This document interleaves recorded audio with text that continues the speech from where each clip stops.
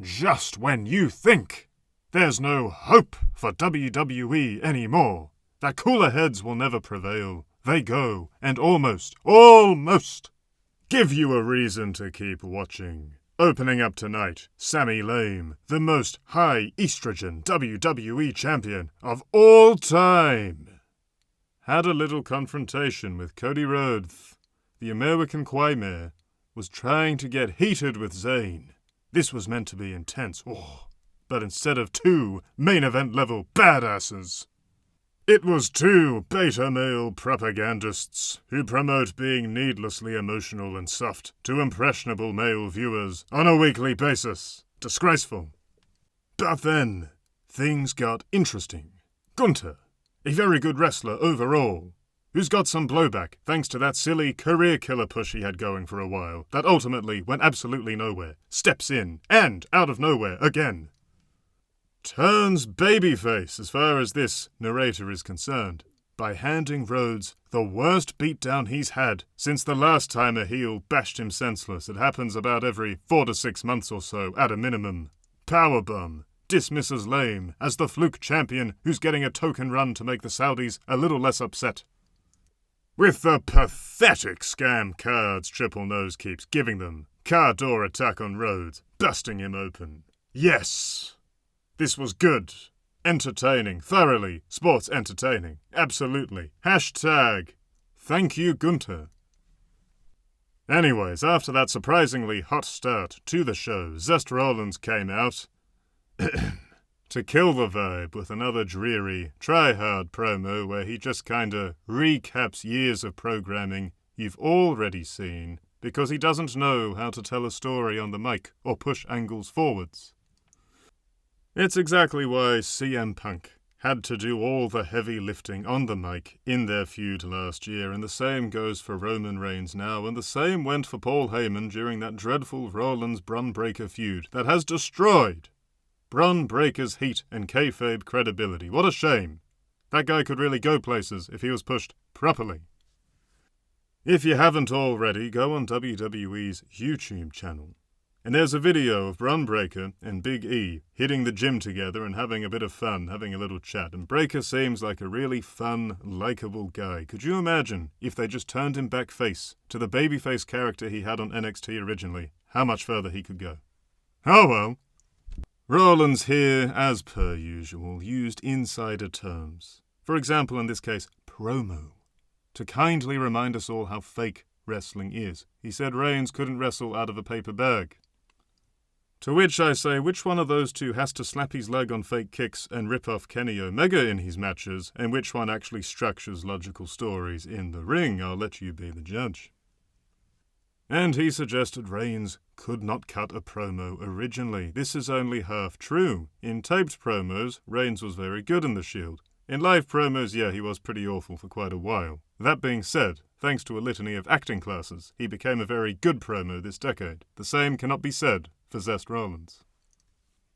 Rollins concluded by saying Reigns has to beat him at SummerSlam. And I agree, but for different reasons. I agree because another Rollins world title run would be to Monday Night Raw's ratings and general interest what HIV was to Magic Johnson's NBA career. L.A. Knight, a man who actually can work his way around a microphone, then came out, and he spoke for us all when he pointed out how pathetically boring Seth Rollins is on the mic. Knight did a pretty good parody of the Rollins-Reigns segment from last week before getting jumped by not Jey Uso. The Knight stuff here was fun, but the endless talking seriously dragged for a show opener until he came out. Nick Aldis, a genuinely very good authority figure character, is back, and Gunther has been booted from the show. This Gunther subplot is carrying Raw tonight. The Vision, the worst faction going today, the anchor around Bron Breakker's ankles, regained the tag gold from the Street Profits in a passable sub-10-minute match next. This story actually revolves not around Bron Breakker or even Logan Paul, but around Austin Theory and Maxine Do the Job being a couple now. And she was the difference maker here, before ditching her jabroni loser pals Ajubba Toljubba and Otis to hang out more with Theory post-match. Good grief. Austin Theory, when he gets a break from the ring, you know where he needs to go? Turkey! That's all I'll say about it. Now, back when she was in NXT with plenty of rehearsal time, Sol Rucker put her gymnast background to good use with a lot of creative, if dare we say a bit silly, athletic high spots between the ropes. On the main roster, however, lacking that extra ring time week to week, she often looks scared and unsure of herself, with cumbersome setups for awkward moves that are more telegraphed than a New Year's countdown. Her match with Raquel Tall Lady here was more of the same. 10 minutes of, on paper at least, nifty spots looking rather stilted and cumbersome in action. The fact Tall Lady didn't even get a ring entrance already told you who was winning here. Paul Heyman cut a pathetic cartoon villain promo next. Just a Brock Lesnar promo roasting the show would have been far more engaging for selling his feud with Obafemi, but oh well. I guess Polish Joe had some water sports fun to attend to. Obafemi kindly interrupted for a considerably better promo from a much younger man with far less experience in the business who can already tell a better story on the mic. Quite remarkable. And here Femi sold the intensity of the feud thus far quite nicely, before ending on a personal note of promising to destroy Lesnar in front of his friends and family in Minnesota. See how a simple bit of trash talk like that immediately makes the feud feel more personal, more dramatic. Femi is making it nasty here. This is the type of thing that gets under other people's skin in real sports when you say it. Good stuff. Obafemi has the charisma of a main event guy. He just needs to iron out some kinks in the ring. As in fairness, he is still rather new to the business.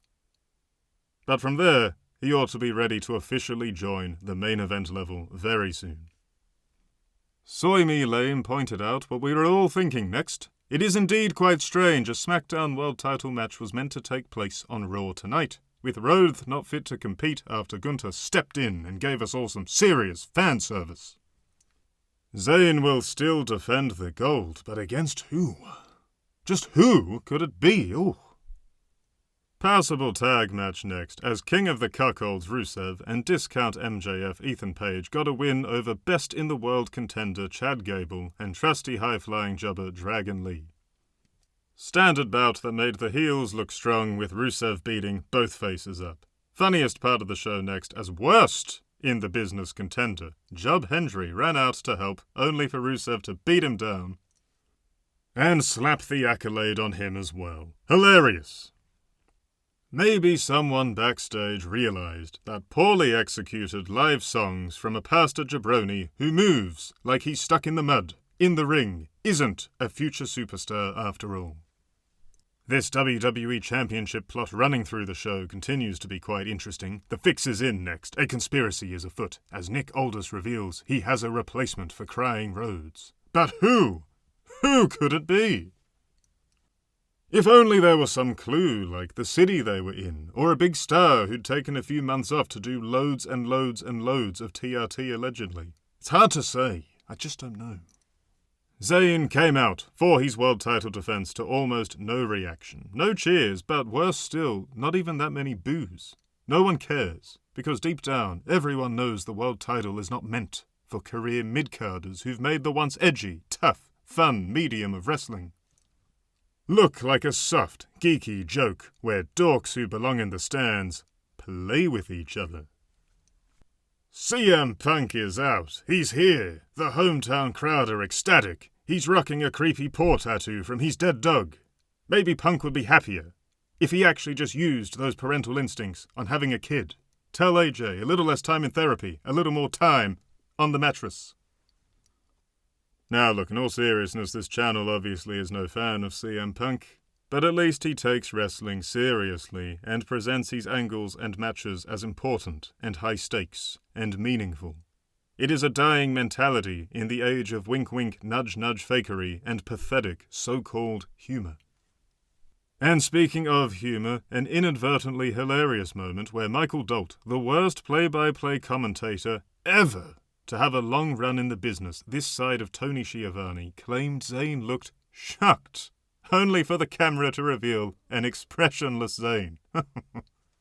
Punk woke this sleepy crowd right up, and the match was basically a Punk showcase. They looked for some heat-building spots, with heel Zayn trying to ground Punk, but Zayn is such an unthreatening non-factor in a serious role that it failed to crank up the crowd anticipation for that Punk comeback all that much, with everyone just waiting, more for the inevitable Punk win than the action on the way to getting there.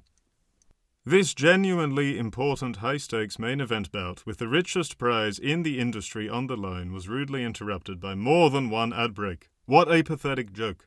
Will we get the lost footage back on replays of this match in the months and years to come? Probably not, if the WWE's terrible treatment of the famous SmackDown Iron Man bout between Brock Lesnar and Kurt Angle from all the way back in 2003 is anything to go by. This match, to be clear, was not bad by any stretch. Easily, by 100 miles, the best part of the show. And Zayn hitting the same cradle he won the gold with only for Punk to make a last, split-second escape was very neat. What one could not help but notice is how gassed they both were. Neither has ever looked like a beacon of fitness by wrestling standards. But, more importantly, both have showed tremendous cardio throughout their careers. Almost like age is catching up with all of these increasingly broken down, middle-aged talents triple nose pushers ahead of in their prime athletes who could lead the next generation potentially. Rough finish for Zayn as Punk smashed him with his own haluva kick finisher, but only used it as a mere setup for his GTS to get the win. Zayn's run ends at 9 days, completing its status in the years to come as a complete joke of a reign, and the shortest one since the Miz's transitional disaster back in 2021. Fans were thrilled as Punk left with the gold through the audience. No doubt this will lead to Rhodes versus Punk eventually. Whether or not Rhodes has to go through Gunther first is another question to consider for now. And hey, look, all jokes aside, not a boring episode by modern standards, or any standards. Punk winning at least keeps things interesting. He's a draw, at least by the pitiful standards of today, and younger, fresher talents over on SmackDown, such as Trick Williams, could benefit from doing main event programs with him. Far more than they ever could with a Rhodes or a Zayn. From start to finish, the story of Rhodes and his replacement was gripping, and made this episode feel special and different to the usual slop, which, at this point, is a massive creative win for a promotion that rarely has any.